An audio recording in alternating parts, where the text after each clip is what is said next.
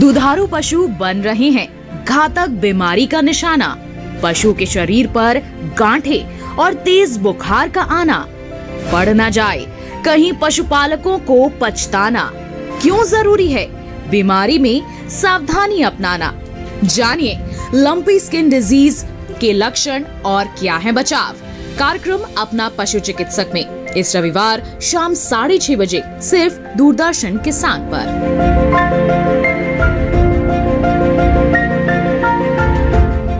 मैं हूँ श्रुति पनवर और हमारे साथ है किसान मित्र फेमस लाल और साथ में डिजिटल दीदी, और हम लोग किसान बहन भाइयों के लिए लेकर आ रहे हैं छटाक भर खुशी में। इसमें बात होगी कृषि के बारे में और मुलाकात होगी ज्ञान, विज्ञान और कला के क्षेत्र में मशहूर हस्तियों से, और कराएंगे आपको भारत के खूबसूरत जगहों की सैर, और उठेगी यहाँ गीत संगीत की लहर, क्योंकि सबके लिए है छटाक भर हंसी, छटाक भर खुशी।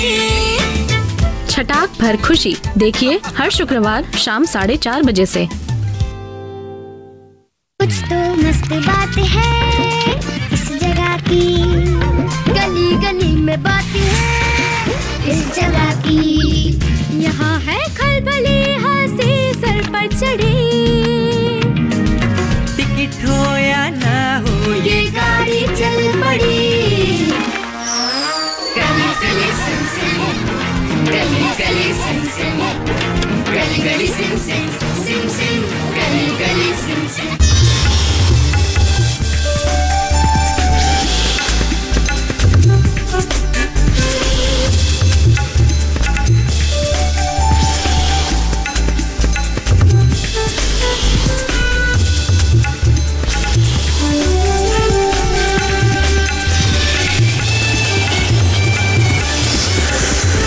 टीवी किसान, बदलते भारत की शान।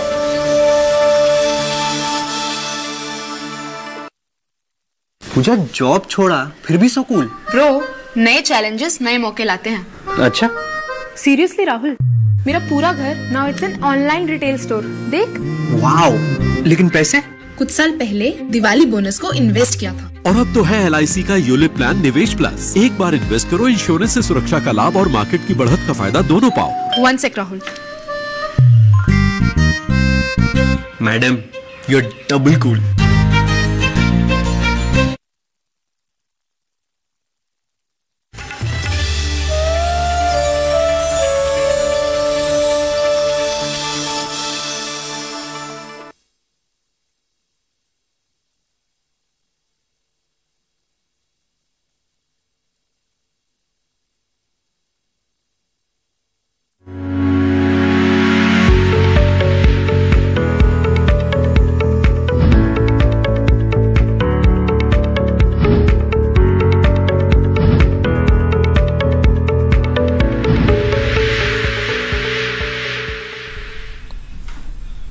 नमस्कार, आप देख रहे हैं दूरदर्शन किसान और हमारे लाइव फोन कार्यक्रम हेलो किसान में आप सभी का स्वागत है। मैं हूं आपके साथ ज्योत्सना टंडन। हेलो किसान एक ऐसा कार्यक्रम है जिसे हम सोमवार से शुक्रवार आपके लिए लेकर आते हैं और हर दिन होते हैं ऐसे विषय जिससे कि आपको लाभ मिल सके। आज गुरुवार है, आज हम बात करने वाले हैं पशुपालन के क्षेत्र से संबंधित। तो आइए आपको बता दें कि हमारे आज के कार्यक्रम के क्या विषय रहने वाले हैं। आज हम बात करने वाले हैं भारत सरकार द्वारा चलाई जा रही पशुपालन क्षेत्र की योजनाओं के बारे में, और साथ ही बात होगी मछली पालन एक किस तरह बन सकता है एक सफल व्यवसाय। तो इन दोनों विषयों से संबंधित अगर आप कोई भी जानकारी हासिल करना चाहते हैं तो आप हमारे टोल फ्री नंबर्स पर कॉल कर सकते हैं, जो कि है 1800113060 और 1800113061। और जब भी आप इन नंबर्स पर कॉल करेंगे आपका कोई भी शुल्क नहीं लगेगा। केवल आप सभी से एक छोटा सा निवेदन, जब भी हमें फोन करें अपने टीवी की आवाज को बिल्कुल बंद रखें, जिस दौरान आप अपना प्रश्न हमारे विशेषज्ञों से पूछ रहे हैं। और आइए बढ़ते हैं आगे, आपकी मुलाकात करवाते हैं। हमारे साथ आज स्टूडियो में मौजूद हैं डॉक्टर भूषण त्यागी जी। सर, आपका बहुत बहुत स्वागत है हमारे कार्यक्रम में। आपसे पशुपालन संबंधित योजनाओं के बारे में जानकारी हासिल करेंगे, और इसके साथ ही हमारे साथ आज स्काइप के माध्यम से मौजूद हैं डॉक्टर SK सिंह जी। आइए उनसे भी मुलाकात कर लेते हैं। डॉक्टर सिंह, आपका भी बहुत बहुत स्वागत है हमारे आज के लाइव फोन कार्यक्रम में, और आपसे हम मछली पालन से संबंधित तमाम जानकारियां हासिल करेंगे। तो दर्शकों, अगर आप हमारे इस कार्यक्रम को देख रहे हैं और अगर आपके मन में भी इन दोनों विषयों के संबंध में कोई भी प्रश्न है, कुछ भी जानना चाहते हैं, तो बेहिचक हमें फोन कीजिए। आइए सबसे पहले रुक करते हैं डॉक्टर भूषण का। डॉक्टर भूषण, आपसे सबसे पहले तो मैं यही जानना चाहूंगी कि ये जो सरकार द्वारा चलाई जा रही पशुपालन के क्षेत्र में योजनाएं हैं, ये कौन कौन सी हैं? जी, अभी हाल में ही हमने एक लाइव स्टॉक डेवलपमेंट का पैकेज अनाउंस किया है भारत सरकार ने, जिसमें 54,000 करोड़ के करीब का इन्वेस्टमेंट होगा। तो इसके अंतर्गत जो योजनाएं आ रही हैं, वो जैसे लाइव स्टॉक डेवलपमेंट के लिए हमने 3 योजनाओं को रखा है इसके अंतर्गत। एक तो नेशनल लाइव स्टॉक मिशन नाम की योजना है। राष्ट्रीय गोकुल मिशन जो पहले से चली आ रही थी, वो 21 से 26 तक के लिए एक्सटेंड की गई है, जिसमें 2400 करोड़ रुपए का प्रावधान किया गया है। नेशनल लाइव स्टॉक मिशन के अंतर्गत भी कई सारे प्रावधान नए किए गए हैं, जैसे एंटरप्रेन्योरशिप डेवलपमेंट प्रोग्राम जो पहली बार जोड़ा गया है, बहुत लार्ज स्केल पर बड़े जिसमें कि भेड़ के फार्म, शीप के फार्म, पिग के फार्म, पोल्ट्री के फार्म लगाए जा सकते हैं, जिनसे एंटरप्रेन्योर्स, उद्यमी इसका लाभ ले सकते हैं। साथ ही साथ national programme for dairy development जो पहले से चला आ रहा कार्यक्रम था, इसके अंतर्गत पे जो एलोकेशन है उसको काफ़ी बढ़ाया गया है। और साथ ही साथ इसके अंतर्गत एक नया प्रोग्राम जो विशेषकर जो पिछड़े राज्य हैं उनके लिए, जैसे कि उत्तर प्रदेश के लिए और जीका के द्वारा ये असिस्टेड प्रोग्राम होगा, साथ ही साथ बिहार के लिए ये प्रोग्राम होगा। उसके साथ ही साथ हमने एक डिजीज़ कंट्रोल प्रोग्राम चलाया है। जो डिजीज़ कंट्रोल प्रोग्राम है, उसके अंतर्गत जो हमारे मोबाइल वेटनरी क्लिनिक है, जिनकी काफ़ी आवश्यकता थी हमारे देश में, मोबाइल वेटनरी क्लिनिक से हम जो वेटनरी सर्विसेज है किसान के घर द्वार पर पहुंचा सकते हैं। तो किसानों को अब उनके घर द्वार पर इस योजना के तहत पशुओं का इलाज किया जाएगा, जो हमारे देश में अभी तक अवेलेबल नहीं था। क्योंकि बहुत साल पहले डेयरी कोऑपरेटिव इस तरह की सुविधाएं हमारे किसानों को प्रदान करते थे, पर बहुत समय से किसानों की तरफ से ये मांग थी कि उनके घर द्वार पर पशुओं के लिए सुविधा उपलब्ध हो, तो उसकी सुविधा भी अब उपलब्ध कराई जा रही है। साथ ही साथ हमारा NADCP जो प्रोग्राम है वो चल ही रहा है, जिसके अंतर्गत हम FMD जो खुरपका मुंहपका रोग है उसका कंट्रोल का प्रोग्राम चला रहे हैं वैक्सीनेशन के द्वारा। ये संसार का सबसे बड़ा वैक्सीनेशन कार्यक्रम है, जिसके अंतर्गत हम 53.5 करोड़ पशुओं का वैक्सीनेशन साल में 2 बार, क्योंकि FMD के कंट्रोल के लिए हमें साल में 2 बार वैक्सीनेशन करना होता है, तो साल में 2 बार वैक्सीनेशन किया जा रहा है। ब्रुसेलोसिस कंट्रोल प्रोग्राम, जिसकी बहुत आवश्यकता है देश को, उसका कंट्रोल प्रोग्राम भी चलाया जा रहा है। यह प्रोग्राम भी 13,343 करोड़ रुपए का है और काफ़ी अच्छा प्रोग्राम है, जिसके काफ़ी सक्सेस होगा और देश से जो हमारे खुरपका मुंहपका रोग है वो समाप्ति की ओर जाएगा। साथ में हमारे दूसरे जो कार्यक्रम है, जैसे कि हमारे स्टैटिस्टिक्स का प्रोग्राम है, जिसमें हम दूध ISS इंटीग्रेटेड सैंपल सर्वे का प्रोग्राम है, वो भी कंटिन्यू करेगा आने वाले 5 वर्षों में। तो 5 वर्षों के लिए भारत सरकार की काफ़ी अच्छी योजनाएं शुरू की गई हैं, जो एंटरप्रेन्योर की तरफ उन्मुख है, किसानों को अधिक से अधिक लाभ देने के लिए है। मैं आपको बताऊंगा कि राष्ट्रीय गोकुल मिशन के तहत कौन कौन से नए कार्यक्रम हमने इस बार लॉन्च किए हैं। जैसे कि ब्रीड डेवलपमेंट प्रोग्राम के बारे में मैं आपको बताना चाहूँगा, हमारे किसान भाइयों को बताना चाहूँगा। साथ ही साथ सेक्स सॉर्टेड सीमन का जो कार्यक्रम हमने अभी लॉन्च किया है नया, उसके बारे में भी मैं किसानों को बताना चाहूँगा। हमारा एक कार्यक्रम IVF जो इन विट्रो फर्टिलाइजेशन है, जो अभी तक जो सीमित था मनुष्यों के लिए, वो अब कैटल एंड बफेलो के लिए हमने उपलब्ध करा दिया हमारे किसानों के लिए। उनके घर द्वार पर ये सुविधा उपलब्ध होगी। तो इस कार्यक्रम के विषय में भी मैं आपको आज बताऊंगा। जी बिल्कुल। तो काफ़ी अच्छी जानकारी जो है हमारे आज के कार्यक्रम में आपको मिलने वाली है। खासकर जो हमारे पशुपालक भाई बहन हैं, वो अगर इस कार्यक्रम को देख रहे हैं, तो आज के जो कार्यक्रम में आपको तमाम जानकारियाँ दी जाएंगी। हम उम्मीद करेंगे वो सभी आपके ज़रूर काम आएंगी। कार्यक्रम में चर्चा को आगे ज़रूर बढ़ाएंगे, लेकिन पहले देखते हैं एक खास रिपोर्ट।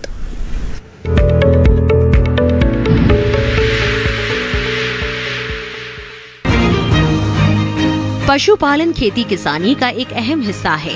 गाँव में तो लगभग सभी घरों में पशुपालन किया जाता है। पशुपालन से होने वाली आमदनी किसानों की आय का एक अच्छा खासा हिस्सा होती है। पशुधन की इसी अहमियत को देखते हुए और किसानों व पशुपालकों को आत्मनिर्भर बनाने के लिए सरकार समय समय पर योजनाएं लाती रहती है। पशुपालन से जुड़ी योजनाओं से डेयरी उद्योग को तो गति मिल ही रही है, बल्कि पशुपालन और डेयरी क्षेत्र में काम करने वाले किसानों को स्वरोजगार भी मिल रहा है। अगर राष्ट्रीय गोकुल मिशन की बात करें तो इस योजना की शुरुआत सरकार ने 2014 में की थी।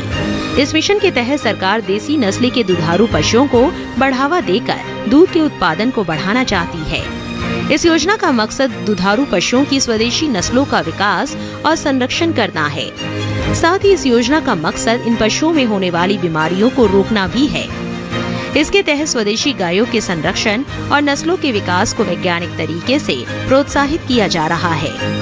इस मिशन के लिए राष्ट्रीय पशु प्रजनन एवं डेयरी विकास कार्यक्रम को केंद्र में रखा गया है। साहिवाल, राठी, थारपारकर, रेड सिंधी और अन्य कुलीन स्वदेशी नस्लों के जरिए बाकी नस्लों को उन्नत बनाने का काम भी किया जा रहा है। इसके अलावा सरकार ने राष्ट्रीय पशु रोग नियंत्रण कार्यक्रम भी शुरू किया। इस योजना का मकसद सभी मवेशियों, भैंसों, भेड़ों, बकरियों और सुअरों को पैर और मुंह के रोग व ब्रोसेलोसिस से बचाव के लिए उन्हें FMD का टीका देना है। कुल मिलाकर इस समय पशुपालन से जुड़ी ऐसी कई योजनाएं चल रही है जिनका लाभ उठाकर पशुपालक किसान अपनी आमदनी को 2 गुना कर सकते हैं।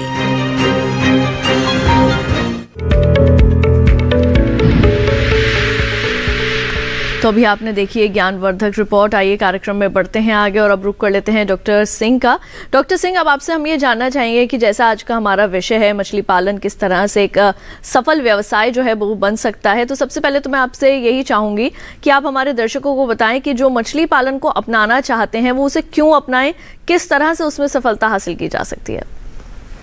धन्यवाद। आपने जैसे कहा मछली पालन को कैसे अपनाएं और क्यों अपनाएं, सबसे पहले मैं बात करना चाहूँगा मछली किसी भी राष्ट्र की अर्थव्यवस्था में अमिट योगदान करती है। भारत को 43,000 करोड़ रुपए से ज़्यादा की आमदनी निर्यात के माध्यम से विगत वर्ष में हुई है, कोरोना काल होने के बावजूद, और ये पिछले वर्ष की तुलना में 10 वर्ष कम था, फिर भी आमदनी ज़्यादा रही है। और आज भारत की जो मत्स्य उत्पादन की उपलब्धियाँ हैं, उत्पादकता हमारा 14 मिलियन टन से ज़्यादा है और 28 मिलियन से ज़्यादा लोग इस रोजगार से जुड़े हुए हैं। जब से भारत के प्रधानमंत्री जी ने संयुक्त राष्ट्र संघ में नीली क्रांति की बात की है तो भारत के जन जन में एक अभिलाषा जगी है और मत्स्य पालन की तरफ उनके प्रति आकर्षण बढ़ा है। इस दिशा में किस तरह के मत्स्य पालन करने से लोगों को काफ़ी लाभ होगा, विशेषकर जैसा आप जानते हैं मत्स्य पालन कई तरह से होता है। सामुद्रिक मत्स्य पालन होता है, खारा जल मत्स्य पालन होता है और मीठा जल मत्स्य पालन होता है। तो इसमें मैं विशेषकर मीठा जल जीव पालन से संबंधित ही विषयों को रखूंगा। इसमें मत्स्य पालन में अन्य फसलों की तुलना में अधिक उत्पादकता होती है, इसके साथ इसमें रोजगार मुहैया होता है और हर क्षेत्र में आज वैज्ञानिकों के सफल प्रयास से हर तरह की मृदा में मत्स्य पालन किया जा सका है और ये किसानों के लिए एक वरदान साबित हो रहा है। मौसमी और बारहमासी तालाबों में मत्स्य पालन किया जा सकता है, निजी क्षेत्र में किया जा सकता है, लघु एवं सीमांत कृषकों के द्वारा किया जा सकता है, आख्यात एवं पर्यटन के रूप में किया जा सकता है। अब जल उपयोगी मत्स्य पालन है, जलाशयों में पिंजड़ों द्वारा मत्स्य पालन किया जा सकता है, बाड़ों में मत्स्य पालन किया जा सकता है और 2 से अधिक पद्धतियों को मिलाकर भी मत्स्य पालन मल्टी इंटरप्राइज के रूप में भी किया जा सकता है। विभिन्न प्रकार की मत्स्य प्रजातियों का समन्वय करके मत्स्य पालन किया जा सकता है, एकल मत्स्य पालन किया जा सकता है और झींगा पालन भी किया जा सकता है। और मत्स्य पालन से जो भूमि एक समस्या विश्व स्तर पर दिखाई दे रही है, इससे जल का जो स्तर, भूमिगत जल का स्तर है, ये भी काफी कुछ कम होता है। इससे लाभकारी परिणाम देखे गए हैं और गांव के तालाबों में, नहरों के किनारे, रेलवे लाइन के किनारे मत्स्य पालन बड़े ही आसानी से किया जा सकता है। इस तरह से हम कह सकते हैं मत्स्य पालन हमारे देश के लिए बहुत ही अच्छा साबित हो रहा है। बिल्कुल, और इससे संबंधित जानकारी भी आपसे आगे जरूर हासिल करेंगे, लेकिन पहले देख लेते हैं इसी विषय पर आधारित एक खास रिपोर्ट।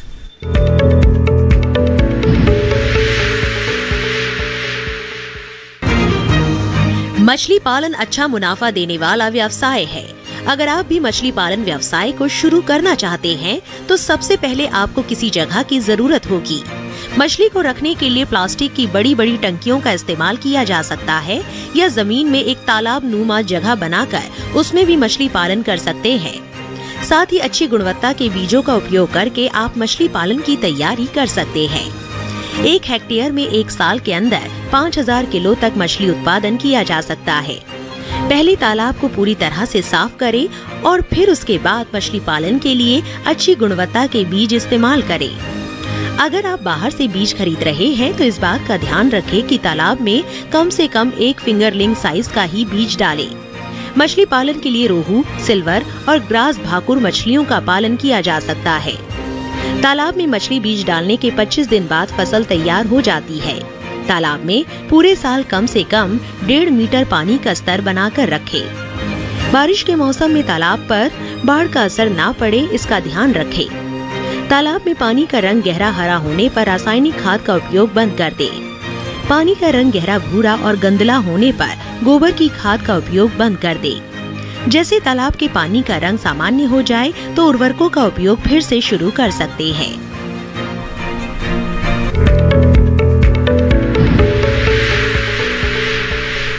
ब्रेक के बाद एक बार फिर अभी आपने देखिए एक विशेष रिपोर्ट आ रहा है, ये कार्यक्रम में बढ़ते हैं आप आगे। आपको एक बार फिर से बता दें कि आज हम बात कर रहे हैं कि पशुपालन के क्षेत्र में भारत सरकार द्वारा कौन कौन सी ऐसी योजनाएं हैं जो चलाई जा रही हैं और किस तरह से मछली पालन एक सफल व्यवसाय के रूप में उभर कर सामने आ सकता है। अगर इन दोनों विषयों के संबंध में आप कोई भी जानकारी हासिल करना चाहते हैं तो आप बेहिचक हमें फोन कर सकते हैं हमारे टोल फ्री नंबर्स पर, जो कि है 1800113060 और 61। जब भी आप फोन करेंगे कोई भी पैसा नहीं लगेगा, बस आप अपने टीवी की आवाज को बंद रखें जिस दौरान आप अपना प्रश्न पूछ रहे हो।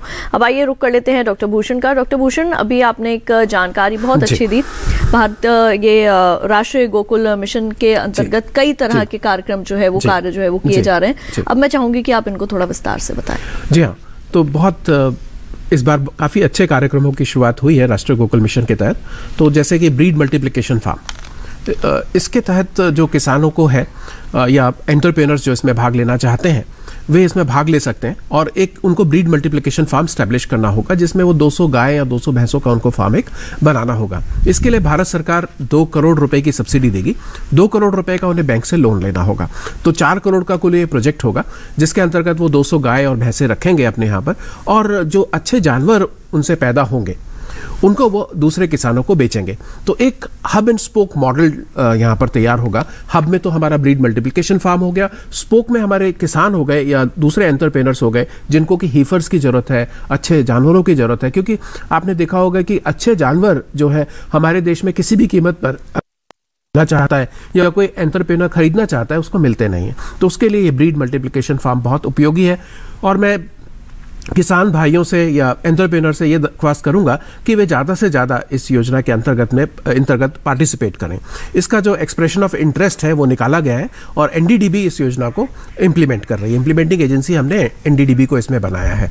तो इसके अंतर्गत जो फॉर्म जमा करने के लिए जो हमने लिंक दिया है वो eoi.nddb एक पोर्टल है, उसमें आप ऑनलाइन आप अप्लाई कर सकते हैं और यहाँ ऑनलाइन जाकर अपने फॉर्म को आप अप्लाई करें।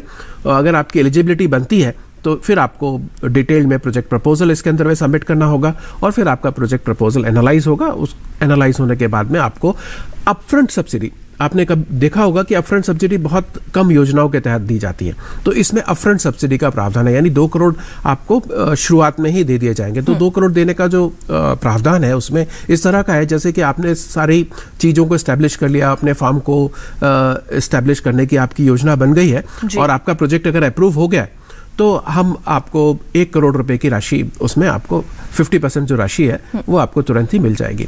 उसके बाद में 25% जो सब्सिडी की राशि है 2 करोड़ में से 25% जो बचती है वो 25% आपको उस समय पर मिलेगी जब आप सारी चीज़ें ले आएंगे, यानी पशुओं का इंडक्शन हो जाएगा, आपका इंफ्रास्ट्रक्चर तैयार हो जाएगा, आपके शेड बन जाएंगे, आपके गोदाम बन जाएंगे, आप ट्रैक्टर या जो भी एग्रीकल्चर इंप्लीमेंट्स हैं उनको खरीद लेंगे, तब उस समय 25% आपको मिल जाएगा। और 25% आपको तब मिलेगा जब आप पहली खेप छोटे पशुओं की यानी हीफर्स की पहली खेप को तैयार कर लेंगे 10% या 20% के आसपास, तो उस समय पर आपको 25% की सब्सिडी रिलीज कर दी जाएगी।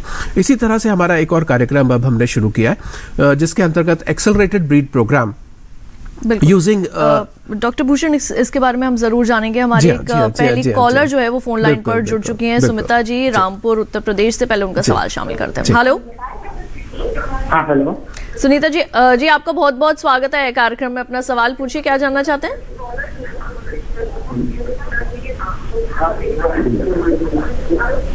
हेलो, अपना सवाल पूछिए, क्या जानना चाहते हैं, और अपने टीवी की आवाज को कृपया करके बंद कर दीजिए बिल्कुल। सर, मैं ये कह रहा, हमारे पास एक गाय है जी, गाय है, उसके ना चिल्ली हो गई, चिल्ली। अच्छा, ठीक है जी, उसके उसके ना किडनी हो गई है, जो कुत्ते की जो किडनी होती है वो हो गई है, दबा देती है, फिर भी वो जाती है, शुरू हो जाती है, बहुत ज्यादा हो जाती है। तो उसके लिए कोई ऐसी दवा हो जो फिर उसके कभी ना हो। ठीक है, देखिए आपने अपना नाम नहीं बताया, तो आप कृपया अपना नाम भी बता दें। जी, लगता है उनके साथ संपर्क टूट गया है। तो मैं बताना चाहूंगा, इनके शायद पशुओं में ये बता रहे हैं कि उनको जुआ हो गई हैं या किल्ली हो गई हैं, तो उसको खत्म करने के लिए हमारे पास में एक दवाई मिलती है। तो वो दवाई अपने पशु चिकित्सक से संपर्क करके वो ले सकते हैं। ब्यूटॉक्स नाम की ये दवाई है, उसका डिप इनको लगाना होता है। मतलब उसको डिप मतलब ये होता है कि उसको पानी में घोल के और एक कपड़े से पशुओं के ऊपर उसके हेयर के ऊपर मालिश की जाती है। तो मालिश इस तरह से की जाती है जैसे हेयर के उल्टी तरफ, जिस तरफ से हेयर है उसकी तरफ, जिस तरफ से बाल है उस पशु के ऊपर, उसके उल्टी तरफ से आप उस दवाई को लगाएंगे। उसके मुंह पर आप कुछ बांध करके रखें, नहीं तो पशु उसको चाट लेगा तो हो सकता है उसको भी जहर का असर हो जाए, क्योंकि जहरीली दवा है। तो उससे किल्ली आपके पशु की पूरी तरह से समाप्त हो सकती है। साथ ही साथ आप इंजेक्शन भी आने लग गए हैं, आइवरमेक्टिन नाम का एक इंजेक्शन आता है, उसको भी आप अपने पशु चिकित्सक के पर पशु चिकित्सक की सलाह लेना बहुत जरूरी है। इसमें कोई भी इंजेक्शन या कोई भी आप दवाई देते हैं तो आइवरमेक्टिन नाम के इंजेक्शन का भी आप उपयोग कर सकते हैं। और किल्ली, जो भी कीड़े पशु के पेट में होते हैं, बाहरी जो कीड़े होते हैं, वो सारे इसमें समाप्त हो जाते हैं। तो घबराने की कोई बात नहीं है हमारे पशुपालक को, ये बिल्कुल ठीक होने वाली बीमारी है और सारी किल्लियां एकदम से खत्म हो जाएंगी अगर आप आइवरमेक्टिन का इंजेक्शन उसको लगवा लेंगे अपने पशु चिकित्सक की सलाह पर। बिल्कुल, तो आइए कार्यक्रम में बढ़ते हैं आगे और अब रुक कर लेते हैं डॉक्टर सिंह का। डॉक्टर सिंह, अब आपसे हम ये जानना चाहेंगे कि जो हमारे मछली पालक अगर इसकी शुरुआत करना चाहते हैं मछली पालन की, तो अच्छा जो बीज है वो कहाँ से प्राप्त कर सकते हैं? इसके लिए सर्वप्रथम मैं ये कहना चाहूँगा, मत्स्य बीज के लिए भारत सरकार और राज्य सरकारों के माध्यम से विभिन्न प्रकार की देश में हैचरियाँ हैं, स्थानीय स्तरों पर, निजी क्षेत्र में भी हैं और सरकारी स्तर पर भी है। तो मत्स्य पालक भाई वहाँ जाकर हैचरियों से बीज एकत्रीकरण कर सकते हैं और इस बात का ध्यान दें कि बड़ी अंगुलिकाओं का ही संचयन अपने तालाबों में करें, तो उससे ज़्यादा मुनाफा होगा। छोटी मछलियाँ डालने से कई बार, विशेषकर शीतकालीन अवस्था में, आजकल के मौसम में काफ़ी नुकसान हो जाता है। तो इसलिए बड़ी मछलियाँ अगर 10 ग्राम के ऊपर का डालते हैं तो ये काफ़ी लाभकारी होता है। बिल्कुल, तो अगर आपके मन में भी कोई प्रश्न है पशुपालन से संबंधित या फिर भारत सरकार द्वारा चलाई जा रही पशुपालन की जो योजनाएं हैं उनके बारे में आप कुछ जानना चाहते हैं या फिर मछली पालन के बारे में कोई भी जानकारी हासिल करना चाहते हैं, तो आप हमें फोन कर सकते हैं। इसी के साथ कार्यक्रम में वक्त हो चला है एक छोटे से ब्रेक का, जल्द लौटेंगे वापस। कहीं मत जाइए, देखते रहिए हमारा लाइव फोन कार्यक्रम हेलो किसान।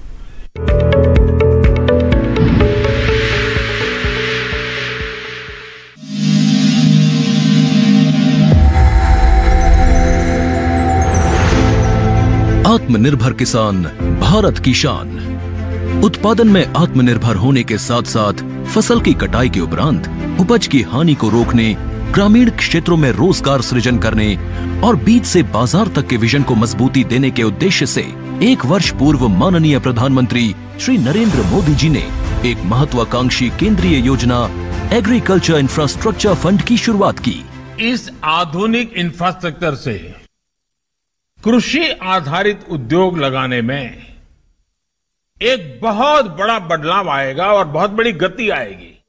साथियों, अब हम उस स्थिति की तरफ बढ़ रहे हैं जहां गांव के कृषि उद्योगों से फूड आधारित उत्पाद शहर जाएंगे और यही तो आत्मनिर्भर भारत अभियान का संकल्प है। एग्रीकल्चर इंफ्रास्ट्रक्चर फंड से पात्र लाभार्थी गोदामों का निर्माण कर सकते हैं, छटाई या ग्रेडिंग इकाई, पैकिंग हाउस, सप्लाई चेन और कोल्ड चेन जैसी सुविधाएं या फिर प्राथमिक कृषि प्रसंस्करण केंद्र की स्थापना कर सकते हैं। इस योजना के तहत पात्र लाभार्थियों को 2 करोड़ रुपए तक के ऋण पर अधिकतम 7 वर्ष के लिए ब्याज में 3% तक की छूट दी जा रही है। ऋण पुनर्भुगतान के लिए 6 महीने से 2 वर्ष तक मोरेटोरियम की सुविधा भी उपलब्ध है। इस योजना ने अब तक सफलता की कई मिसालें कायम की हैं, जैसे कि मध्य प्रदेश के लाभार्थी श्री विपिन त्रिपाठी ने एग्रीकल्चर वेस्ट से बायोफ्यूल बनाने का इनोवेटिव प्राइमरी प्रोसेसिंग सेंटर लगाया है। लोन मिलने की वजह से हम समय पर सारी मशीनों का प्रोक्योरमेंट और सारा सिविल वर्क टाइम पे करवा पाए, जिससे ये प्रोजेक्ट को लगाना संभव हो पाए। राजस्थान के लाभार्थी श्री यशवर्धन मुंद्रा ने सॉर्टिंग एंड ग्रेडिंग यूनिट लगाकर रोजगार के अवसर पैदा किए हैं। कर्नाटक की महिला उद्यमी श्रीमती ममता वी ने प्राइमरी प्रोसेसिंग सेंटर लगाकर प्रगति की नई राह चुनी है। ಸಣ್ಣ ಪುಟ್ಟ ಉದ್ಯಮಿಗಳನ್ನ ಮತ್ತಷ್ಟು ಅಗ್ರಿಕಲ್ಚರಲ್ಲಿ ಹೆಚ್ಚು ನಾವು ಇನ್ನಷ್ಟು ಸಾಧನೆ ಮಾಡಲಿಕ್ಕೆ ಕಾರಣಕಾರಕವಾದಂತ ಈ ಅಗ್ರಿಕಲ್ಚರಲ್ ಇನ್ಫ್ರಾಸ್ಟ್ರಕ್ಚರ್ ಫಂಡ್ ಇಂದ ನಮ್ಮ ಇನ್ನಷ್ಟು ಯೋಜನೆಗಳು ಆಯೋಜನೆಗಳು ಉತ್ತಮಗೊಂಡಿದೆ। राजस्थान के लाभार्थी श्री दिनेश भट्टर ने जीरे की प्रोसेसिंग यूनिट लगाकर आसपास के ग्रामीणों को आत्मनिर्भरता प्रदान की है। महाराष्ट्र के लाभार्थी श्री अनूप कुमार मोहता ने वेयर हाउस बनाकर अन्न भंडारण को सुनिश्चित किया है। आज देश के कोने कोने से किसान, कृषि उद्यमी, किसान उत्पादक संघ, प्राथमिक कृषि सहकारी समितियां, स्वयं सहायता समूह और कृषि उपज मंडियां इस योजना का लाभ उठा रहे हैं।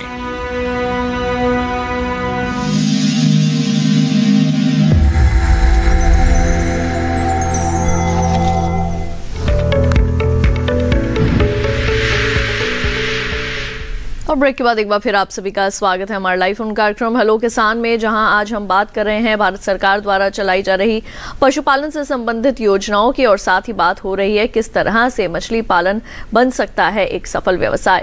अगर आप इन दोनों विषयों के संबंध में कोई भी जानकारी हासिल करना चाहते हैं तो लगातार हमारे टोल फ्री नंबर आपके टेलीविजन स्क्रीन पर दिखाए जा रहे हैं। हमारे अगले कॉलर रघुवीर जी सागर मध्य प्रदेश से मौजूद है, फोन लाइन पर उनका सवाल शामिल करते हैं। हेलो। हाँ हेलो, नमस्ते सर। जी रघुवीर जी, आपको बहुत बहुत स्वागत है कार्यक्रम में, अपना सवाल पूछिए। सर हमारा सवाल था कि पशुपालन के लिए लोन लेने के लिए क्या प्रक्रिया रहेगी? ठीक है जी। हमारे यहाँ देवरी सागर में। जी डॉक्टर भूषण जी, मैंने आपको शुरुआत में बताया था, अभी मैं बात कर रहा था ब्रीड मल्टीप्लिकेशन फार्म्स की। तो आप ब्रीड मल्टीप्लिकेशन फार्म के लिए अप्लाई कर सकते हैं। ये एनडीडीबी के वेबसाइट पर उपलब्ध है और इसके लिए एक पोर्टल भी बनाया गया है, eoi.nddb.in ऐसा करके हमारा पोर्टल है। इसका पूरा एड्रेस मैं आप कहूँगा कि आप दिखा दिया जाए आपको। तो इस पोर्टल के ऊपर जाकर आप अपना फॉर्म भर सकते हैं, एक्सप्रेशन ऑफ इंटरेस्ट में भाग ले सकते हैं। पर इसके अंतर्गत एक चीज़ है कि आपको 200 गाय और भैंसों की यूनिट लगानी होगी, क्योंकि फ़ायदा तभी है जब आप बड़ी यूनिट लगाते हैं, तभी आपको ज़्यादा से ज़्यादा लाभ मिल सकता है पशुपालन का। तो आपके पास में 5 एकड़ ज़मीन होनी चाहिए, आप 200 गाय और भैंसों के फार्म लगाने के लिए तैयार होने चाहिए। जब आप एक्सप्रेशन ऑफ इंटरेस्ट में भाग लेंगे तो उसमें कुछ एलिजिबिलिटी क्राइटेरिया होंगे, उसके अनुसार आपकी एलिजिबिलिटी मापी जाएगी। आपके फार्म अगर अप्रूव हो जाता है एलिजिबिलिटी क्राइटेरिया में, फिर आपको डिटेल प्रपोजल भी देना होगा एनडीडीबी को। एनडीडीबी डिटेल प्रपोजल भारत सरकार को भेजेगी और भारत सरकार तब आपको सब्सिडी जारी करेगी। मैंने आपको जैसे बताया कि इसमें 1 करोड़ की सब्सिडी एकदम अपफ्रंट आपको जारी कर दी जाएगी जैसे ही आपका लोन सैंक्शन हो जाता है बैंक से, क्योंकि बैंक से भी आपको 2 करोड़ रुपए लेना होगा, 2 करोड़ रुपए भारत सरकार इसमें देगी। तो आप इस योजना में शामिल हो सकते हैं।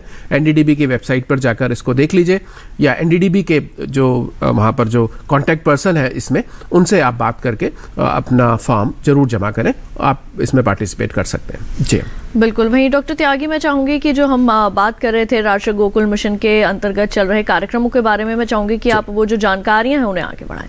जी हाँ, मैंने आपको बताया था कि ब्रीड मल्टीप्लिकेशन फार्म में एंटरप्रेन्योर्स पार्टिसिपेट कर सकते हैं। इसके साथ ही साथ किसानों के लिए हमने आईवीएफ टेक्नोलॉजी, जो आईवीएफ टेक्नोलॉजी अभी तक किसान अपनाने में हिचकिचाते थे, साथ ही साथ उनको काफ़ी महंगी भी ये पड़ रही थी।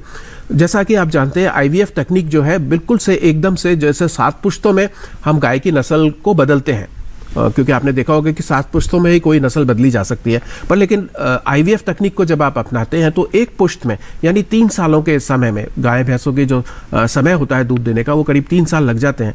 तो 3 साल के समय में आप अपनी नस्ल को पूरी तरह से बदल सकते हैं अगर आप आईवीएफ तकनीक का उपयोग कर रहे हैं। आईवीएफ तकनीक का उपयोग करने के लिए जो भी किसान इच्छुक है इसके अंतर्गत वो अपने आप को रजिस्टर करा सकते हैं। State live stock development board के माध्यम से अपने आप को रजिस्टर कर सकते हैं, या एनडीडीबी के साथ में अपने आप को रजिस्टर कर सकते हैं, या अपना जो मिल्क यूनियन है उनके आसपास में उसके द्वारा भी अपने आप को रजिस्टर कर सकते हैं। रजिस्टर करने के बाद में वो इस योजना का लाभ ले सकते हैं। भारत सरकार इसमें हर किसान को 5,000 रुपए की सब्सिडी देगी, यानी जो किसान आईवीएफ तकनीक को अपनाएगा उसे 5,000 रुपए की सब्सिडी भी मिलेगी। तो ये तो एक योजना का हिस्सा हुआ, जिसमें हम IVF तकनीक से एक्सेलरेटेड ब्रीड इंप्रूवमेंट प्रोग्राम यानी त्वरित जो ब्रीड इंप्रूवमेंट प्रोग्राम है वो IVF तकनीक के द्वारा इसके द्वारा किया जाएगा। साथ ही साथ सेक्स सॉर्टेड सीमन, जैसा कि आप जानते हैं कि सेक्स सॉर्टेड सीमन से केवल बछिया ही पैदा होती है। 90% की सटीकता के साथ बछिया हम पैदा कर सकते हैं सेक्स सॉर्टेड सीमन के साथ। इसकी शुरुआत केवल राष्ट्रीय गोकुल मिशन के तहत ही की गई। 2014 में जब हमारा राष्ट्रीय गोकुल मिशन लागू किया गया तो सेक्स सॉर्टेड सीमन प्रोडक्शन के कई सारे केंद्र हमने देश में स्थापित किए, जैसा कि एक उत्तराखंड में केंद्र स्थापित हो गया है जिसमें सेक्स सॉर्टेड सीमन प्रोड्यूस हो रहा है। साथ ही साथ मध्य प्रदेश में भी एक केंद्र स्थापित हो गया है जिसमें सेक्स सॉर्टेड सीमन उत्पादित हो रहा है। गुजरात में भी एक केंद्र स्थापित हो गया है जिसमें सेक्स सॉर्टेड सीमन उत्पादित हो रहा है। तो इसके अंतर्गत भी जो किसान इच्छुक हैं वो अपने आप को इस योजना का लाभ ले सकते हैं। उन्हें 750 रुपए एश्योर्ड प्रेगनेंसी पर दिए जाएंगे, सब्सिडी दी जाएगी। तो 1500 रुपए की मान लीजिए एक एश्योर्ड प्रेगनेंसी पड़ती है तो 50% की सब्सिडी हमारे किसान को मिलेगी। तो ये भी काफी अच्छी योजना है। तो ज्यादा से ज्यादा किसान भी इसका लाभ ले सकते हैं क्योंकि उनको बछिया मिलेगी। बछिया अगर मिलती है किसान को तो दुगना फायदा हो गया, क्योंकि जो पशु बच्चे देता है तो एक बार में मेल देता है, एक बार में फीमेल देता है। सेक्स रेशो जो है 50% डैश 50% रहता है, यानी 50% का सेक्स रेशो होता है। उसकी जगह पर आपका सेक्स रेशो 90% हो गया तो 90% फीमेल काव्स आपके प्रोड्यूस हो रहे हैं। तो आपकी कई तरह के जो कार्य हैं, इनकम है वो काफी तेजी से बढ़ेगी इस योजना। तो कई तरह के कार्य जो है वो किए जा रहे हैं इस योजना के अंतर्गत। हमारे अगले कॉलर नंद स्वरूप मिश्रा जी मौजूद हैं फोन लाइन पर इस वक्त बाराबंकी से। आइए उनका सवाल शामिल करें। हेलो, नमस्कार सर, मैं नंद स्वरूप मिश्रा बाराबंकी से। मैं जानना चाहता हूँ कि मछली जल की रानी है, जल ही उसका जीवन है, हाथ लगाओ डर जाते हैं, बाहर निकालो मर जाती। तो हम जो मछली पालन करते हैं, ठंडक का मौसम आ गया है तो हमें कितना स्टेटा तक पानी उसका रखना चाहिए जिससे मछली को ठंड न लगने पाए। दूसरी चीज, हम मछली जो बच्चे डालते हैं तो उसमें कतले के कितने अनुपात में डालें, उसमें भाकुर कितना होना चाहिए, रेहू कितना होना चाहिए और नैनी कितनी होनी चाहिए, तीनों का अनुपात कितना डालना चाहिए। जी बिल्कुल, डॉक्टर सिंह क्या जानकारी देंगे दोनों ही प्रश्नों के संबंध में? मिश्रा जी ने बड़ा ही बढ़िया सवाल किया है। हमारे शास्त्रों में नीर और मीन की बात की गई है, इसके बारे में इन्होंने कहा है और बात उठाई है कि सर्दी के मौसम में मछली पालन कैसे किया जाए, क्या क्या सावधानियां बरती जाए, ठंड पड़ जाती है।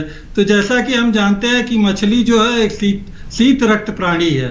हम मनुष्यों के अपेक्षा यह विषमतापी है, हम जो है समतापी हैं। हमारे शरीर का तापमान 98 डिग्री फ़ारेनहाइट हमेशा होता है, लेकिन मछली के शरीर का तापमान जो होता है, जो उसका वातावरण यानी जल है, उसी के तापमान पर आधारित होता है। मिसाल के तौर पर सर्दियों में अगर तापमान 7-8 डिग्री आ जाता है तो मछली का भी तापमान वही होता है। ऐसे में मछलियां शीतकालीन अवस्था में भोजन ग्रहण नहीं करती हैं, चाहे कुदरती भोजन हुआ या संपूरक आहार हुआ, तो इनको ग्रहण नहीं करती हैं, उनके बढ़वार भी प्रभावित होता है। तो इस बात को ध्यान रखते हुए कुछ आहार वो ग्रहण करें। इसके लिए भूमिगत जल का सप्लाई आपूर्ति करनी होती है, जिस पे ट्यूबवेल के माध्यम से, क्योंकि भूमिगत जल का जो तापमान होता है 27-28 डिग्री 12 महीने होता है। तो इसको सर्दीकालीन शीतकालीन अवस्था में भी डाला जा सकता है और ग्रीष्मकालीन अवस्था में जब अधिक तापमान पोखरों का हो जाता, तालाबों को हो जाता,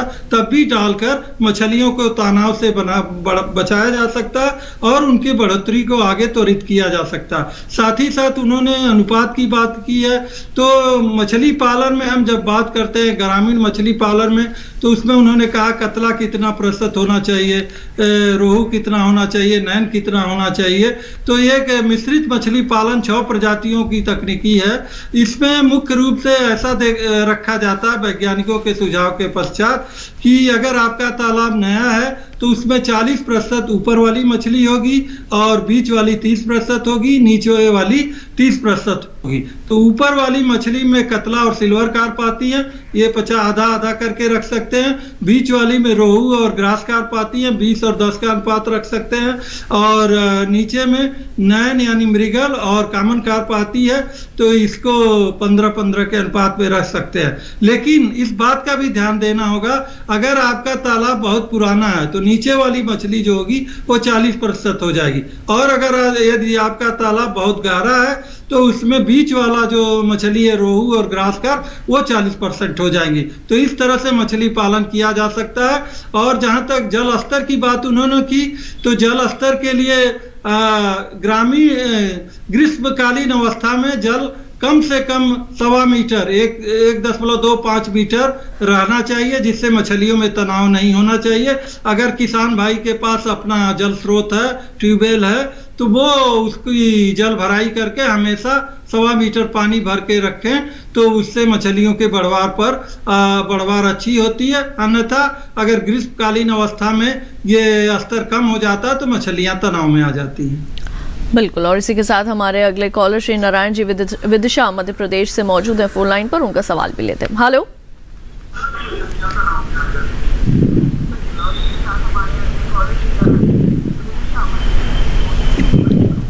हेलो हेलो शिव नारायण जी, आपका स्वागत है। अपने टीवी की आवाज बंद कर दीजिए, उसके बाद ही आप अपना प्रश्न पूछें। जी मैम। पहले टीवी की आवाज को बंद कर दें।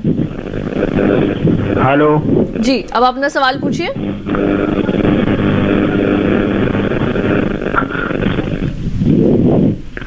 जी मैम। जी, सवाल पूछिए। मैम, बकरी पालन पर चाहिए कुछ सब्सिडी वगैरह हो तो मध्य प्रदेश में बताइए। बिल्कुल, डॉक्टर त्यागी क्या बताइए? जी हाँ, मध्य प्रदेश के लिए भी सब्सिडी है, सभी राज्यों के लिए सब्सिडी है। इसके अंतर्गत हमारी जो नेशनल लाइफ स्टॉक मिशन है उसके अंतर्गत है शिव नारायण जी। तो आप सब्सिडी के लिए इस योजना में आप अप्लाई कर सकते हैं। तो सब्सिडी का जो स्तर है, इसमें बड़े फार्म स्थापित किए जाने का प्रावधान है, यानी एंटरप्रेन्योरशिप डेवलपमेंट प्रोग्राम इसका नाम है। तो एंटरप्रेन्योरशिप डेवलपमेंट प्रोग्राम के अंतर्गत आप बकरी का फार्म स्थापित कर सकते हैं। उसके लिए 50 लाख की सब्सिडी का प्रावधान है योजना के अंतर्गत, तो आप इसका लाभ ले सकते हैं। आप इसका लाभ जरूर लीजिए। बकरी पालन जो है मध्य प्रदेश में काफ़ी कॉमन है और बहुत अच्छे लोग इसको कर रहे हैं, तो आप भी इसमें शामिल हों। बिल्कुल। और इसी के साथ डॉक्टर सिंह, मैं एक बार आपके पास फिर से वापस आना चाहूंगी। आजकल जो है वो सजावटी जो मछलियां हैं, ऑर्नामेंटल फिशेस हैं, उनका भी काफी चलन चल गया है। लोग अपने घरों में, बड़े बड़े होटल्स के अंदर जो है वो ऑर्नामेंटल फिशेस रखना पसंद करते हैं। तो अगर कोई ऑर्नामेंटल फिशेस का पालन करना चाहता हो तो किस तरीके से कर सकते हैं, उसके बारे में क्या जानकारी देंगे? आय में बढ़ोतरी करने के लिए वो कैसे जो है वो मददगार साबित हो सकती है? आपने बहुत ही बढ़िया सवाल किया। रंगीन मछलियों का भी आजकल प्रचलन है, विशेषकर शाकाहारियों के लिए। अक्सर कंप्लेन लोग करते हैं कि हम तो मछली खाते नहीं हैं, मछली से हमारा क्या लाभ होता। तो हमारा जो लोगो है, हम कहते हैं fish for all, fish for ever. तो ये हमारे भारतीय कृषि अनुसंधान परिषद का ये जो एक सूक्ति वाक्य है। तो इसके अधीन हम यही कहना चाहेंगे कि ऐसे शाकाहारी लोगों के लिए भी मछली बहुत कुछ देती है। जैसे आजकल हमारे जो बच्चे हैं कंप्यूटर इंजीनियर हैं और लोग एकल रहने, शहरों में रहने की चाहते हैं, तो उन्हें तनाव होता है। तो मनोरंजन के कुछ साधन होने चाहिए। अगर घर में उनके एक कोने में अगर रंगीन मछलियों का छोटा सा मीनाला है तो उनको सुकून मिलता है और मछलियों का आमोद प्रमोद देखकर वो तनाव से वंचित रह जाते हैं। और ऐसा देखा गया, हृदयघात इत्यादि समस्या से भी वो बच सकते हैं। भारत के शास्त्रों में भी लिखा गया है कि अगर व्यक्ति किसी कोने में अपने राशि अनुसार मछलियों को रखे तो उसको काफी समृद्धि मिलती है। जहां तक रही भारत सरकार की रंगीन मछलियों के पालन के लिए योजनाएं, तो इस संबंध में भारत सरकार प्रधानमंत्री मत्स्य संपदा योजना के अंतर्गत बहुत सारे इसके लिए प्रावधान किए हैं, जिसमें जो अनुसूचित जनजाति है उसके लिए 60%, जनजातियों के लिए 60% और महिलाओं के लिए किसी भी महिला, सामान्य हो या अनुसूचित हो, 60% का अनुदान किया है। और अगर छोटे स्तर पर रंगीन मछली का वो इकाई लगाना चाहते तो 3 लाख की जो व्यवस्था की गई है उसमें 60% का उन्हें अनुदान मिलेगा। 8 लाख की जो थोड़े बड़े स्तर की गई है तो उसमें भी 60% होगा। अगर समन्वित रूप में करना चाहेंगे तो 25 लाख की योजना है। अगर ब्रूडर्स की भी है, सरकारी क्षेत्र के लिए रंगीन मछलियों का ब्रूडर करके बीज पैदा करने के कोई करना चाहता है तो 25 लाख किया गया और नहीं 100 लाख किया गया है। इसी तरह से अगर आखेट के लिए जैसे एक्वा टूरिज्म के लिए भी इस तरह से किया गया कि रंगीन मछलियों का मीनाला लगाकर, और आजकल भारत सरकार बहुत सारी सड़कें बना रही है, राष्ट्रीय राजमार्ग बनाए जा रहे हैं, उसके आसपास अगर एक्वा टूरिज्म स्थापित किए जाए तो वहां पर 50 लाख तक के प्रावधान किए गए हैं रिक्रिएशन एक्टिविटी को। तो इनका लोग लाभ उठाकर और इससे अपने आप को कर सकते हैं। जहां तक बात रही महिलाओं के लिए, ये काफी लाभकारी होता है रंगीन मछली पालन करना। एक छोटे से टैंक में 2-4 मछली रखकर वो शुरुआत कर सकती हैं और इसके धीरे धीरे समूह बनाकर कर सकते हैं। और कृषि उत्पादन संगठन जो है वो भी इसमें आगे आकर बढ़ चढ़ कर काम कर सकते हैं। और शहरों में इसकी मांग बढ़ रही है तो लोग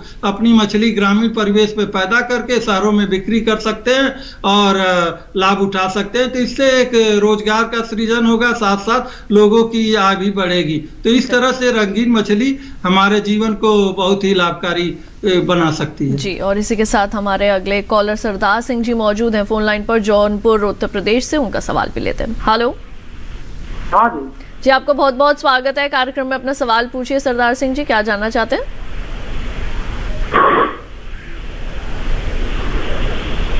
हेलो, आपका स्वागत है कार्यक्रम में। अपना सवाल पूछिए, क्या जानना चाहते हैं? ऐसे 20-25 गाय हम पालना चाह रहे हैं जी, इसके बारे में थोड़ा बताइए। जी सरदार सिंह जी, आप 20-25 गाय पालना चाहते हैं, बड़ी अच्छी बात है। गाय पालना बहुत अच्छा है, बहुत अच्छा व्यवसाय है। इसके लिए आप हमारी जो मैं शुरुआत में बात कर रहा था establishment of breed multiplication farm, इस कंपोनेंट के अंतर्गत आप पार्टिसिपेट कर सकते हैं। यह जो कंपोनेंट है वो एनडीडीबी के द्वारा संचालित किया जा रहा है, इम्प्लीमेंट किया जा रहा है। तो इसके लिए आप एक्सप्रेशन ऑफ इंटरेस्ट हमने अभी किया हुआ है, जारी किया हुआ है। तो इस एक्सप्रेशन ऑफ इंटरेस्ट में आप भाग ले सकते हैं। eoi.nddb.in के ऊपर ये उपलब्ध है। तो यहाँ पर जाकर, इस पोर्टल पर जाकर आप ऑनलाइन इसमें अप्लाई करें। तो इसके अंतर्गत आपको 200 गायों का फार्म एक खोलना होगा और 200 गायों का, गाय भी रख सकते हैं आप इसमें, 200 भैंसें भी रख सकते हैं। ऐसा नहीं है कि भैंस नहीं रखी जा सकती। 200 गायों का फार्म खोलना होगा। इसकी जो टोटल कॉस्ट होगी वो 4 करोड़ होगी। 2 करोड़ रुपए भारत सरकार इसमें सब्सिडी के रूप में देगी। 2 करोड़ रुपए आपको अपना बैंक लोन लेना होगा। बैंक लोन इंडिविजुअल के लिए कंपलसरी है, बैंक लोन ही आपको लेना होगा। आप अपना पैसा इसमें नहीं लगा सकते। 2 करोड़ अगर आपके पास में है तो इसके अंतर्गत आप इन्वेस्ट नहीं कर सकते, क्योंकि इसके अंतर्गत अगर आप लोन लेते हैं तो काफ़ी अच्छा होगा। तो आपको 2 करोड़ रुपए का लोन होगा, 2 करोड़ रुपए की सब्सिडी होगी जो भारत सरकार के द्वारा दी जाएगी। सब्सिडी का ब्रेकअप होगा कि 1 करोड़ रुपए की सब्सिडी अपफ्रंट आपको जारी कर दी जाएगी जब आप क्या प्रोजेक्ट अनुमोदित हो जाएगा भारत सरकार के द्वारा। उसके बाद में 25% सब्सिडी जो बची हुई है 50% में से, वो 25% सब्सिडी उस समय पर जारी की जाएगी जब सारा इंफ्रास्ट्रक्चर आपका तैयार हो जाएगा, यानी शेड तैयार हो जाएंगे, गाय भैंस आप खरीद लेंगे, अपने फार्म पर रख लेंगे, तो उस समय पर 25 लाख की सब्सिडी आपको जारी कर दी जाएगी। 25 लाख की सब्सिडी आपको तब जारी की जाएगी जब 10% काव्स, फीमेल काफ जो आपके फार्म पर पैदा हो जाएंगे। यहाँ पर आपको सेक्स सॉर्टेड सीमन आप यहाँ पर यूज कर सकते हैं, IVF टेक्निक का यहाँ पर उपयोग कर सकते हैं। अच्छी नस्ल के पशु यहाँ पर आप पैदा करके किसानों को मुहैया करा सकते हैं और आप साथ ही साथ दूध बेचेंगे तो आपको अच्छा मुनाफा इस फार्म से आप कमा सकते हैं और बड़े अच्छे उद्यमी आप बन सकते हैं इसके अंतर्गत। बिल्कुल। और इसी के साथ डॉक्टर भूषण, ये भी सवाल मैं जोड़ना चाहूंगी कि जो हमारी देसी नस्लें हैं उनके संरक्षण के लिए भारत सरकार क्या क्या कार्य कर रही है? जो सभी कार्य हैं वो देशी नस्लों के संरक्षण और संवर्धन हेतु हैं। जैसे मैं बता रहा था breed multiplication farm, breed multiplication farm भी हम देशी नस्लों के ही स्थापित करने जा रहे हैं, जिससे कि देशी नस्लों का संरक्षण भी हो, संवर्धन भी हो और ज़्यादा से ज़्यादा दूध देने वाली देशी नस्लें निकल कर आए हमारे देश में और किसानों को ज़्यादा से ज़्यादा दूध देने वाली देशी नस्लें मिलें। क्योंकि ऐसा माना जाता है कि देशी नस्लें कम दूध देती हैं, इसलिए किसानों को पालने में हिचकिचाते हैं। इसके कारण से अच्छी नस्ल के पशु किसानों को मिले, इसीलिए हम ब्रीड मल्टीप्लिकेशन फार्म की स्थापना कर रहे हैं। साथ ही साथ और भी दूसरे कार्यक्रम हैं, जैसे कि हम सेक्स सॉर्टेड सीमन है, पहली बार हम सेक्स सॉर्टेड सीमन जो है देसी नस्लों का सेक्स सॉर्टेड सीमन प्रोड्यूस कर रहे हैं, अच्छी नस्ल के बुलों से कर रहे हैं। साथ ही साथ जो सीमन प्रोडक्शन है उसमें हम देशी नस्लों के ज़्यादा से ज़्यादा बुल को रख रहे हैं अपने सीमन स्टेशन पर। पहले कभी 1 या 2 मिलियन डोजेस ही देसी नस्लों के होते थे, अब 10 से 15 मिलियन देशी नस्लों के सीमन डोजेस हमारे देश में उत्पन्न होते हैं। अच्छी नस्ल के सांडों से उत्पन्न किए जाते हैं, जिससे कि देशी नस्लों का संरक्षण भी हो, संवर्धन भी हो। पिछले प्रोग्राम के अंतर्गत हमने गोकुल ग्राम की स्थापना की थी। इसके लिए हमने नेशनल कामधेनु ब्रीडिंग सेंटर की स्थापना की थी, जिसमें हम सारी देशी नस्लों को एक जगह पर रखकर उनको संरक्षण और संवर्धित करें और अच्छी नस्ल के काव्स जो है, अच्छी नस्ल के बच्चे जो है वो हमारे किसानों को मिले। गोकुल ग्राम का भी यही उद्देश्य रहा कि हम अच्छी नस्ल के सांड, अच्छी नस्ल के हीफर्स हमारे किसानों को उपलब्ध कराएं। ब्रीडिंग ट्रैक्ट में हमने प्रोजेनी टेस्टिंग प्रोग्राम चला रखा है, संतान संतति परीक्षण कार्यक्रम। इसके अंतर्गत हम बुलों का प्रोजेनी टेस्टिंग करते हैं और अच्छी नस्ल के देसी नस्लों के बुल हम देश को उपलब्ध कराते हैं जो सीमन स्टेशन पर जाते हैं और सीमन को प्रोड्यूस करते हैं। पेडिग्री सिलेक्शन प्रोग्राम भी इसी तरह से हमने चलाया हुआ है, जो कि पेडिग्री सिलेक्शन प्रोग्राम से अच्छी नस्ल के सांड जो उत्पन्न होते हैं वो भी हमारे सीमन स्टेशन को जाते हैं। सेक्स सॉर्टेड सीमन स्टेशन पर भी हमने अच्छी नस्ल के देसी नस्लों के सांड रखे हुए हैं जिससे कि सेक्स सॉर्टेड सीमन हमारे किसानों को देसी नस्लों का मिल सके। साथ ही साथ जीनोमिक चिप भी हमने विकसित की है NBJR के सहयोग से, national bureau of animal genetic resources के सहयोग से। ये जीनोमिक चिप से हम ये पता लगा सकते हैं जन्म पर ही किसी पशु का कि उसकी आनुवांशिक क्षमता क्या है, उसके जेनेटिक मेकअप कैसा है, वो कितना दूध देने की क्षमता रखता है। तो इससे बुल की पहचान काफी यंग एज में की जा सकती है जीनोमिक चिप से। नहीं तो हमें 7 से 8 साल लगते हैं, जैसे हम प्रोजेनी टेस्टिंग करते हैं तो प्रोजेनी टेस्टिंग में 7 से 8 वर्ष लगते हैं। उसके अगेंस्ट में इसमें केवल जन्म पर ही हम ये बता सकते हैं कि कितनी दूध देने की क्षमता इस बुल की होगी। बिल्कुल, और इसके बारे में भी आगे जरूर जानकारी लेंगे इस विषय के संबंध में। कार्यक्रम में वक्त हो चला है एक और छोटे से ब्रेक का, कहीं मत जाइए, देखते रहिए हमारा लाइव फोन कार्यक्रम हेलो किसान।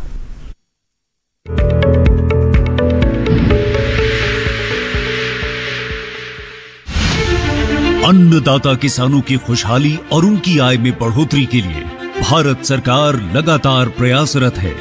माननीय प्रधानमंत्री श्री नरेंद्र मोदी जी के दूरदर्शी नेतृत्व में पिछले 7 वर्षों में खेती को आधुनिक और किसानों को आत्मनिर्भर बनाने के लिए कई निर्णय लिए गए हैं। छोटा किसान बने देश की शान, ये हमारा सपना है। देश के 80% से ज्यादा किसान ऐसे हैं जिनके पास 2 हेक्टेयर से भी कम जमीन है।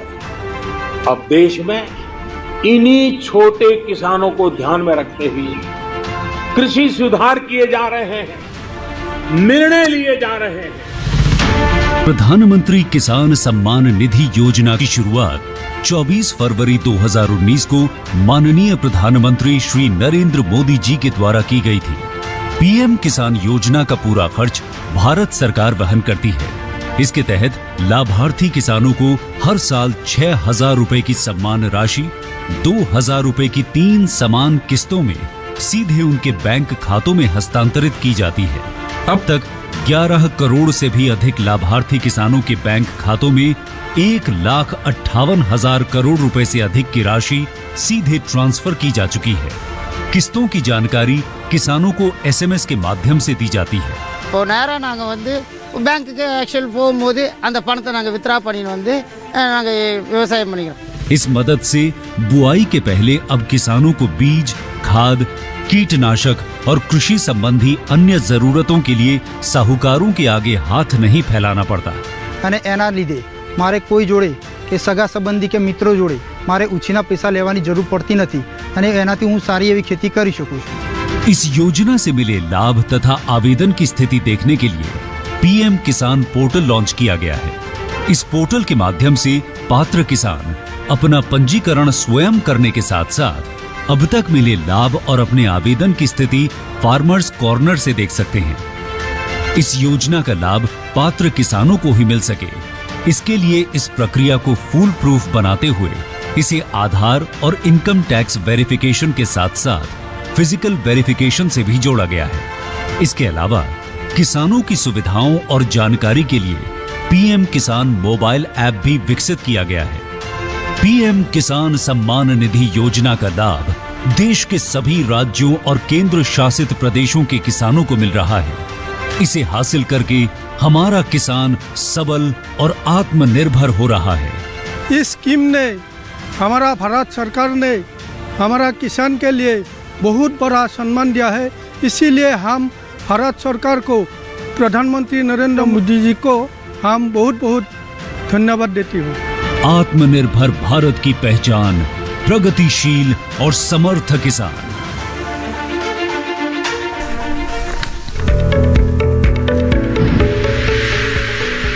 ब्रेक के बाद एक बार फिर आप सभी का स्वागत है हमारा लाइव फोन कार्यक्रम हेलो किसान में। आज हम बात कर रहे हैं भारत सरकार द्वारा चलाई जा रही पशुपालन संबंधी योजनाओं की और साथ ही बात कर रहे हैं किस तरह से मछली पालन एक सफल व्यवसाय के रूप में आपके लिए जो है वो कारगर साबित हो सकता है। दोनों विषयों के संबंध में कोई भी जानकारी लेना चाहते हैं आप हमें फोन कर सकते हैं। और अब हम अपने ईमेल के द्वारा जो आए हुए प्रश्न आए कार्यक्रम में उनको शामिल करते हैं। डॉक्टर सिंह, 2 प्रश्न हमारे पास जो ईमेल के द्वारा आए हैं, एक एक करके आपसे पूछना चाहूंगी क्योंकि दोनों ही मछली पालन से संबंधित है। पहले जो है हमारे दर्शक वो लिखते हैं, उनका नाम है ऋषभ राज, वो लिखते हैं मध्य प्रदेश से, क्या मछलियां अपने ही अंडों को खा लेती हैं? ऐसे में क्या करना चाहिए? मछलियां हैं जैसे मांसाहारी हैं तो अंडों को तो नहीं, जो अंडों से प्रस्फुटन होता है और उसमें से जो बच्चे निकलते हैं तो आपस में जो छोटा बड़ा कुछ सेकंड का अंतराल हो जाता है, तो ऐसे बच्चों को वो जिसको हम कहते हैं मांस भक्षिता कहते हैं, वो बड़ा वाला छोटे को खा जाता है, तो इस तरह से वो खा जाते हैं। बिल्कुल। और जो हमारे दूसरे दर्शक हैं उन्होंने हमें ईमेल किया है उत्तर प्रदेश से, अभय कुमार जी, वो लिखते हैं कि मछली अंडा देने वाली है या नहीं, ये कैसे पता चलता है? मछलियां कई तरह की होती हैं, तो उनका जो पेट है उसको उलट कर देखा जाता है और नर मादा की पहचान की जाती है। अगर पंख जैसे मछलियों में होता है जिन्हें पंखबीन कहा जाता है, तो जो सल्क वाली मछलियां होती हैं उनमें चयन किया जाता है कि मछली का जो निचला मलद्वार के पास जो उनकी एब्डामन होता है उभरा हुआ, अगर भरा हुआ है, विशेषकर ये मानसून के समय में, तो अंडे से भरा है तो ये मछली अंडा देगी। इससे एक बात का हम ध्यान रखते हैं। और नर का जो शुक्राणु के लिए उस पर थोड़ा सा दबाव हम जब डालते हैं तो दूध की तरह से द्रव निकलता है, तो हम समझ पाते हैं कि ये शुक्राणु निकल रहा है, तो ये मछली परिपक्व हो चुकी है और इससे प्रजनन किया जा सकता है। लेकिन ये केवल कार्प मछलियों के लिए है, सारी मछलियों के लिए नहीं है। अन्य मछलियों में अलग अलग तरह के विभेद होते हैं, किसी में स्पाइन में जो खुरदरापन होता है, किसी के सिर का आकार कुछ बड़ा छोटा होता है, कोई मछली नर बड़ा होता है और मादा छोटी होती है, किसी में मादा बड़ी होती है नर छोटा होता है। इस तरह का भी भेद होता है और उनकी पहचान इस तरह से करके ये समझ सकते हैं कि मछली अंडा देगी कि नहीं देगी। बिल्कुल।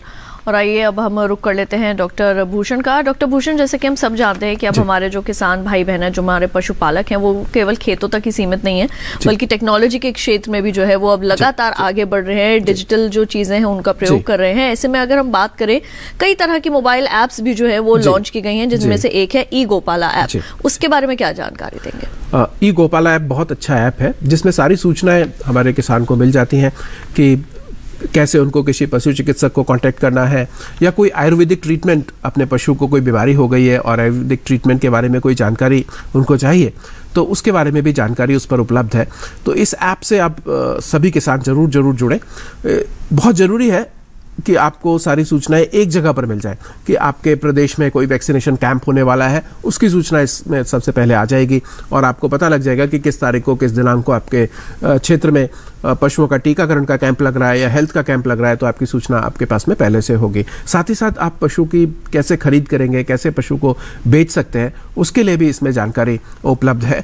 न्यूट्रिशन के लिए, यानी पशुपालक को काफ़ी परेशान होना पड़ता है, कभी कभी पशु चिकित्सक के पास में जाना होता है कि कब क्या खिलाएं पशु को, क्या चीज़ खिलाएं जिससे वो ठीक से दूध दे, उसकी बैलेंस डाइट क्या हो, सारी जानकारी इस ऐप पर उपलब्ध है। आप न्यूट्रिशन का जो पोर्टल है जो इसमें दिया गया है उसको आप भरेंगे, अपने पशुओं का जैसे कितना दूध देता है वो जानकारी इसमें आप उपलब्ध कराएंगे, तो आपको एकदम से पता लग जाएगा कि आपके पशु को कितना चारा खिलाना है, कितना भूसा देना है, कितना हरा चारा देना है, कौन सा कंसनट्रेट देना है, उसमें कितनी खल होनी चाहिए, उसमें कितनी चूरी होनी चाहिए, तो उसमें कितना चोकर होना चाहिए, सारी जानकारी आपको इसके माध्यम से मिल जाएगी। क्योंकि हमारे जो पशुपालक हैं बहुत ज़्यादा या तो खल खिला देंगे, बहुत ज़्यादा एनर्जी की डाइट दे देंगे, जिससे संतुलित आहार नहीं बना पाते हैं। वो संतुलित आहार कैसे बनाया जाए, इसमें पूरी जानकारी इसके ऊपर उपलब्ध है। पशु की बीमारियों के बारे में इसमें जानकारी उपलब्ध है, पशुओं की ब्रीड्स के बारे में इसमें जानकारी उपलब्ध है।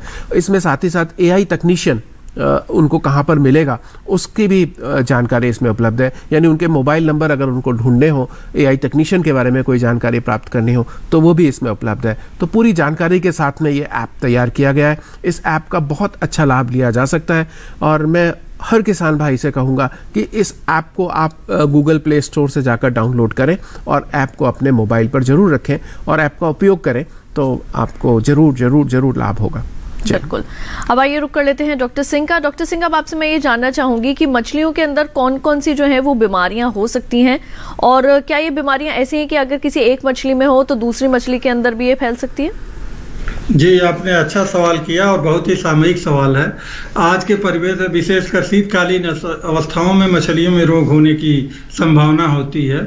तो जो हम कहते हैं कि सावधानी हटी तो दुर्घटना घटी, तो ऐसे में अगर तालाब प्रबंधन सही तरीके से हो रहा है, वैज्ञानिक विधियों के द्वारा होता है, तो मछलियों में रोग नहीं होता। बचाव ही उपचार जिसे कहते हैं, तो ये काफ़ी कारगर होता है।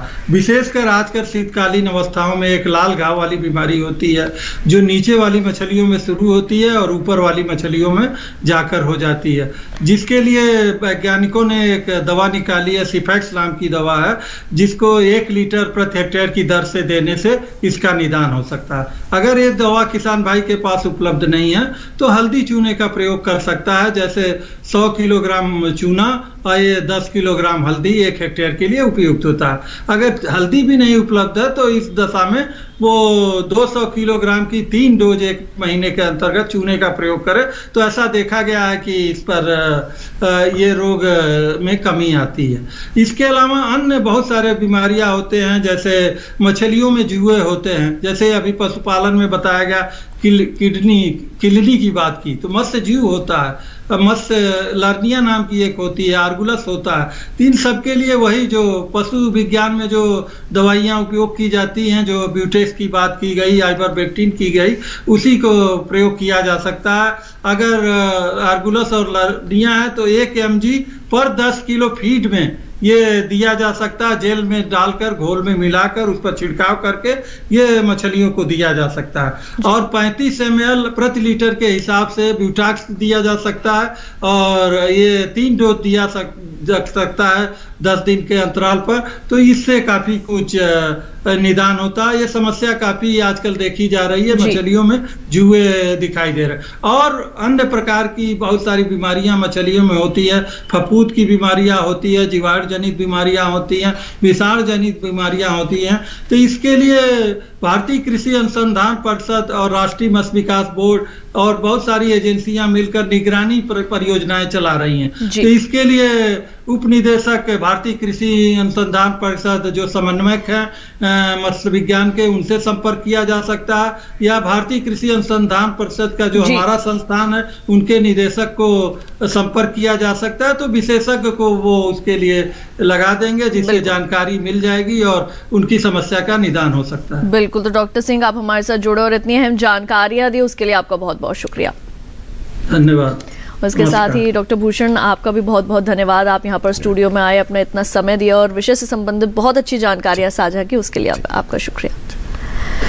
तो आज आपने जाना कि कौन कौन सी ऐसी योजनाएं हैं, कौन कौन से ऐसे कार्य हैं जो भारत सरकार द्वारा किए जा रहे हैं हमारे पशुओं के लिए, और साथ ही आपने मछली पालन से संबंधित भी विशेष जानकारियां हासिल की। अब आइए आपको बता दें कि हमारे कल के कार्यक्रम के क्या विषय रहने वाले हैं।